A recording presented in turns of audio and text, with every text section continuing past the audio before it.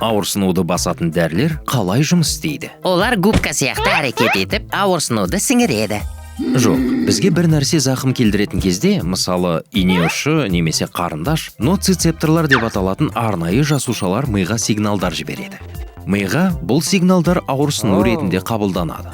Алайда біздің дене жасушалары қатты зақымданғанда немесе жарақат алғанда, олар арахидон қышқылы сияқты химиялық заттарды бөледі.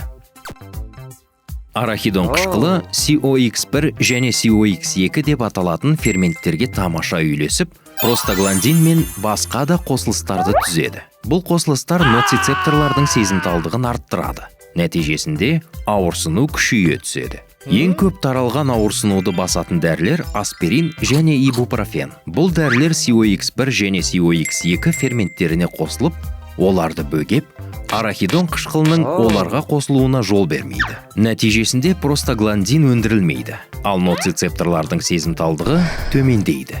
Осылайша ауырсыну азая бастайды.